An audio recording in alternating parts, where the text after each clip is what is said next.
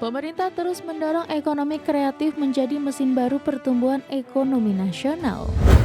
Kita ingin mendorong dan menyatukan langkah-langkah tersebut karena ini adalah proyek besar, jangka panjang, melibatkan banyak stakeholders. Pemirsa, pemerintah terus mendorong ekonomi kreatif menjadi mesin baru pertumbuhan ekonomi nasional. Sebagai salah satu sektor yang banyak menyerap tenaga kerja, pemerintah daerah diharapkan dapat menyusun peraturan daerah terkait dengan pembentukan kelembagaan ekonomi kreatif. Pemerintah terus mendorong ekonomi kreatif menjadi mesin baru pertumbuhan ekonomi nasional. Sektor ekonomi kreatif yang termasuk dalam 8 misi Astacita Presiden Prabowo diakui menjadi salah satu sektor penyerap tenaga kerja terbanyak, khususnya bagi generasi muda. Menteri Ekonomi Kreatif Teuku Rizky Harsha menyebut dalam pengembangan ekonomi kreatif diperlukan kerjasama dengan berbagai pihak, mulai dari pemerintah daerah, akademisi, OJK, bahkan pihak swasta dan media. Karena Kementerian Ekraf mendorong segenap stakeholder provinsi maupun kabupaten kota untuk dapat menyusun peraturan daerah terkait pembentukan kelembagaan ekonomi kreatif. Kami mendorong segenap stakeholder provinsi, kabupaten kota untuk dapat menyusun peraturan daerah terkait pembentukan kelembagaan ekonomi kreatif jika Bapak Ibu berkenan. Kehadiran regulasi ini akan memperkuat serta mempercepat terbentuknya kelembagaan ekraf di daerah sekaligus memberikan landasan hukum yang jelas agar mampu berkembang ekraf untuk membantu Bapak Ibu menjadi mesin baru pertumbuhan ekonomi di daerah.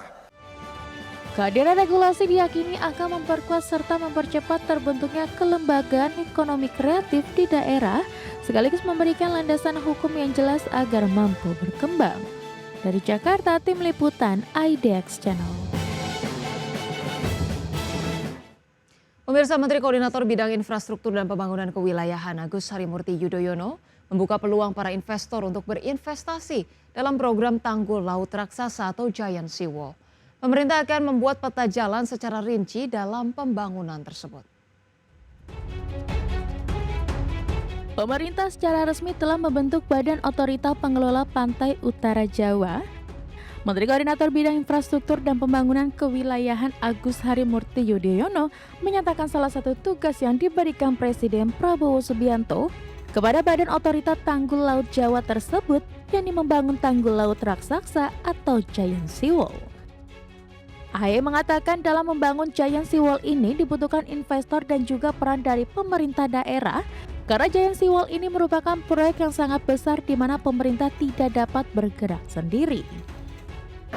Kita ingin mendorong dan menyatukan langkah-langkah tersebut karena ini adalah proyek besar, jangka panjang, melibatkan banyak stakeholders, termasuk juga kita butuh investasi dan keterlibatan para pemimpin di daerah. Jadi Pemprov maupun pemerintahan kabupaten kota yang dilalui oleh proyek besar Giant Sea Wall ini tentunya juga harus menjadi satu kesatuan yang tidak terpisahkan.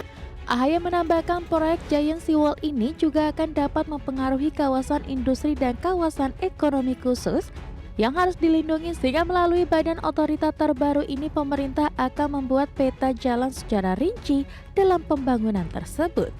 Dari Jakarta, Ricky Anwardi, IDX Channel. Pemirsa, Lembaga Penjamin Simpanan atau LPS mencatat kesenjangan pertumbuhan simpanan perbankan semakin melebar antara nasabah kaya dan masyarakat kelas menengah bawah.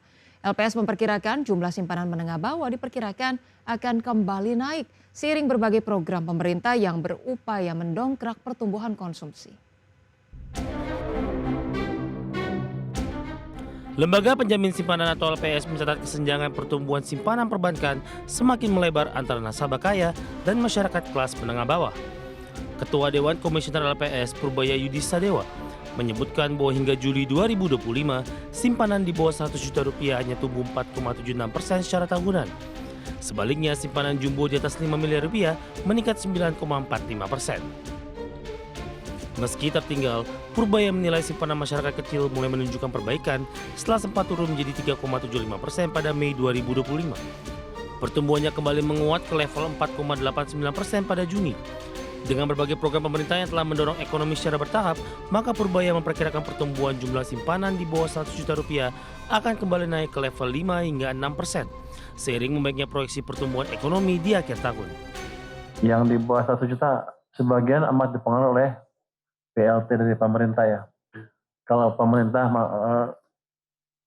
mengeluarkan BLT lebih banyak, mestinya tumbuhnya lebih banyak. Tapi begini, itu hanya sebagian.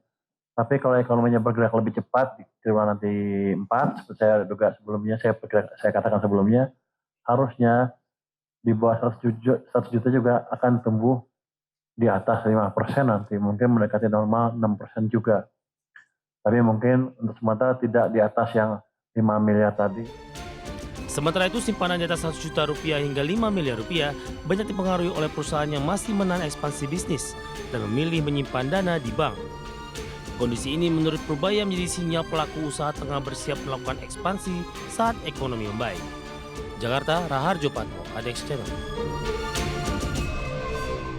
Anggota Komisi 10 DPR RI ramai-ramai mempertanyakan data pertumbuhan ekonomi kuartal 2 2025 sebesar 5,12% secara tahunan. Komisi 10 DPR menilai bahwa data yang muncul tidak mencerminkan kondisi ekonomi yang sedang dirasakan oleh masyarakat.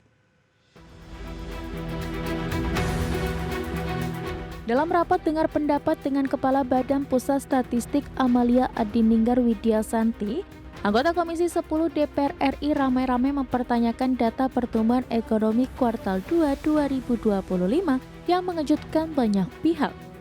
Pasalnya capaian pertumbuhan ekonomi kuartal 2 2025 tumbuh di luar perkiraan konsensus pakar atau ekonom dengan besaran 5,12% secara tahunan.